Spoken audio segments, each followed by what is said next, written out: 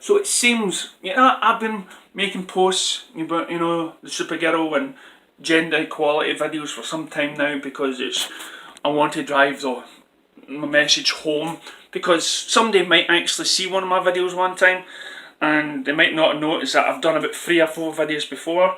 But I came across this wee video. This woman was trying to, and I'll put a link to whatever I've said at the end, and this woman was saying the reason why Supergirls is losing viewers was because of political reasons.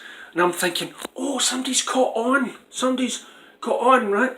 So I watch it, and I was waiting for it to see this gender equality. No, but this girl was talking about politics.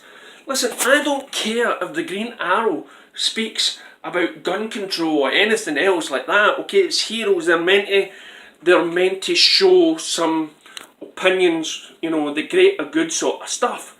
But that's when it all fails, because the greater good is gender equality.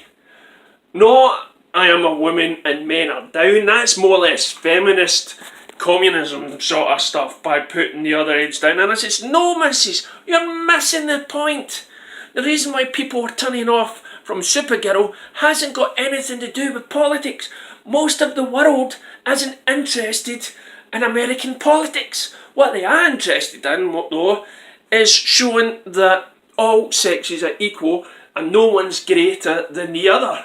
What you somehow have the writers of CW stories trying to build it out that Supergirl is a lot better than Superman.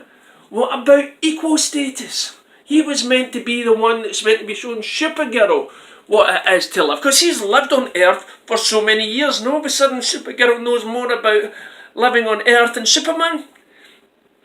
No, go and read some comics. What else? What is it, gender equality?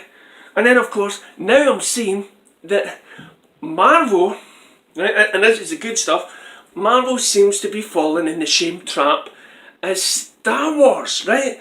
Now, Star Wars is basically slumped. Why? Well, for 2 reasons I can say. One, they've totally destroyed the mythology that Star Wars fans like myself have grown up watching and loving and stuff like that, and the prequels. I loved the prequels. It widened the galaxy and it didn't harm the original. Now, some people might have a problem with midi-chlorians and stuff like that.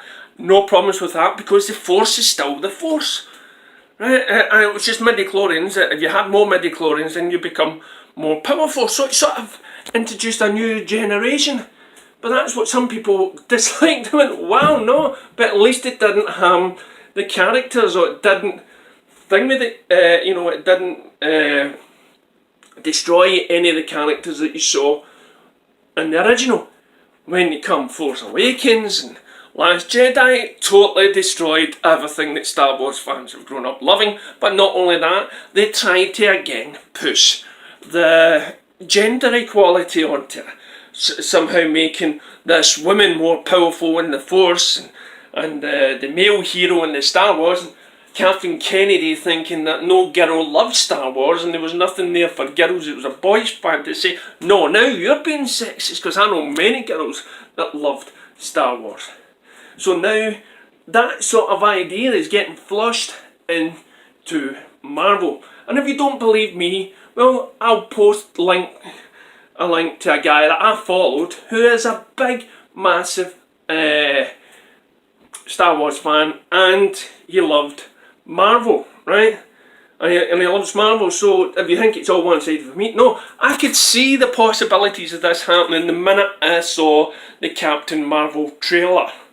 And I thought, oh my god, they're going to go that way, right? They kind of done that way with Spider-Man Homecoming, where they changed them and everything else, and I think, well, if they could do that, if they can harm Spider-Man in such a way, right, then I mean, remember Joss Whedon in the Avengers and Black Widow and the Hulk and stuff like that, some people had problems with that. Some people had problems with Joss Whedon touching Wonder Woman with the Flash, jumping on top of her, trying to save her and getting up all sheepish. I have no problems with that. I didn't think it was sexist at all. But somehow that is deemed, whoa, okay, and that's a Joss Whedon sexist thing. You know something? I'm not a big fan of Joss Whedon. I don't like him. I think he's, and if you can look this guy up, maybe he's the Benny Hill of this generation. And if you're unfamiliar with Benny Hill, look him up on YouTube. You'll see many sketches that are done just now. And to be honest, there should be probably a wee bit of sexism in movies, just so that it can be highlighted and the women can argue against it and we can have this conversation debate. I'm not saying, you know, being a sexist is a good thing in films, no, but it can showcase it. It can show women fighting against it and everything else, and maybe that's what we want, instead of tiptoeing about everything and trying to push the women up instead of, and then at the same time pushing men down. It's about equality.